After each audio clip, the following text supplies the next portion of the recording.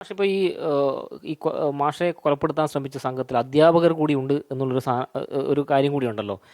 മാത്രമല്ല, C P എമ്മിൻ്റെ ചില സ്ഥിരം ക്രിമിനലുകളായ ആളുകൾ കൂടി ഈ ഒരു സംഭവത്തിലുണ്ട്. മാഷ് കൊല്ലപ്പെട്ടു എന്നുള്ള ധാരണപ്പുറത്താണ് അവർ ഉപേക്ഷിച്ച് പോയത്. രണ്ട് കാലും വെട്ടിയെറിഞ്ഞ് അങ്ങനെ എനിക്ക് ചരിത്രത്തിലില്ലാത്ത രീതിയിലൊരു അക്രമമാണ് മാഷക്കെതിരെ ഉണ്ടായിട്ടുള്ളത്. അപ്പോൾ ഈ സി പി എമ്മിൻ്റെ ഒരു അക്രമ രാഷ്ട്രീയത്തെ സംബന്ധിച്ച് എന്താണ് മാഷ് പറയാനുള്ളത്? അതെ, തീർച്ചയായിട്ടും അവർ നടത്തുന്ന ഓരോ അക്രമങ്ങളും അത് മറ്റുള്ളവർക്കുള്ള ഒരു പാഠം എന്നുള്ള നിലയ്ക്ക് കൂടി അവർ അവതരിപ്പിക്കാറുണ്ട്. ആ നിലയ്ക്ക് തന്നെ ആകണം. ഞാൻ എൻ്റെ ഈ സംഭവത്തെ വളരെ കൗതുകത്തോടെ എന്നെ പലരും ചോദിച്ചറിയാറുണ്ട്. അപ്പോൾ ആ കൂട്ടത്തിൽ ഞാൻ പരിചയപ്പെട്ട ഒരു അഡ്വക്കേറ്റ്, അദ്ദേഹം കുറച്ചൊക്കെ ഒരു ക്രിമിനോളജി എന്ന ഒരു ശാസ്ത്രശാഖ കൂടി പഠിച്ച ഒരാളാണ്.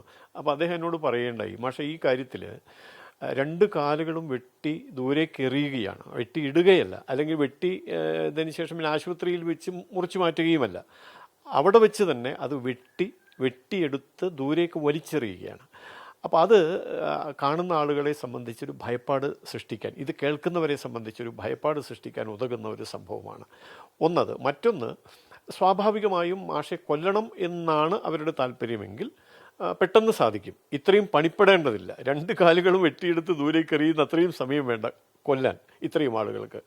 പക്ഷെ അത് ചെയ്യാതെ മരിക്കുന്നെങ്കിൽ ഇങ്ങനെ അങ്ങ് മരിക്കട്ടെ, രക്തം ഒഴുകി രണ്ട് കാലുകളും വെട്ടിമാറ്റപ്പെട്ട രീതിയിൽ രക്തം വാർന്നൊഴുകി അങ്ങനെ മരിക്കട്ടെ. ഈ ഒരു സംഭവം ഒരുപാട് തരത്തിൽ മറ്റുള്ള സംഘപ്രവർത്തകരെ, ദേശീയ പ്രസ്ഥാനങ്ങളുടെ കാര്യകർത്താക്കന്മാരെ വല്ലാതെ സ്വാധീനിക്കും.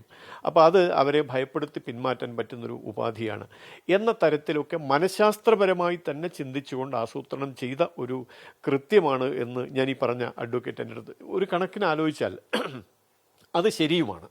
കാരണം കേരളത്തിൽ, പ്രത്യേകിച്ച് കണ്ണൂർ ജില്ലയിൽ സംഘപ്രവർത്തനം ശക്തിപ്പെട്ടു വരുമ്പോൾ ആ ശക്തിയുടെ ആധാരമായി വർത്തിക്കുന്ന കാര്യകർത്താക്കൾ, വിവിധ തലങ്ങളിൽ പ്രവർത്തിക്കുന്ന കാര്യകർത്താക്കൾ, അവർക്ക് ഭയപ്പാടുണ്ടാക്കി അവരെ പ്രവർത്തനത്തിൽ നിന്ന് പിന്തിരിപ്പിക്കുന്നതിലൂടെ മാത്രമേ സംഘത്തിൻ്റെ വ്യാപനം തടയാൻ സാധിക്കൂ എന്ന് മനസ്സിലാക്കിക്കൊണ്ടാണ് അവർ ആ തരത്തിലുള്ള കാര്യങ്ങൾ ചെയ്തത് എന്ന് തന്നെയാണ് നമുക്ക് അനുമാനിക്കാൻ സാധിക്കുക.